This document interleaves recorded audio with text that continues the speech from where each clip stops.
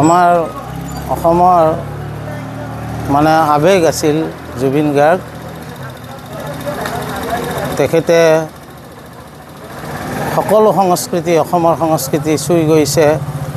শংকৰদেৱৰ সংস্কৃতি বৰগীত, লোক সংস্কৃতি লোকগীত, সেই সমস্ত সংস্কৃতি চুই অসমৰ ৰাইজৰ মাজত সকলো সংস্কৃতিৰ ধাৰা নতুনকৈ বোৱাই আনিছিলে।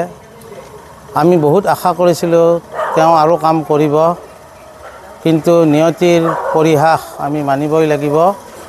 কিন্তু আমি তেওঁৰ এই আজি হঠাৎ তেওঁ গুচি যোৱা কথাটো আমি কোনেও মানিব পৰা নাই।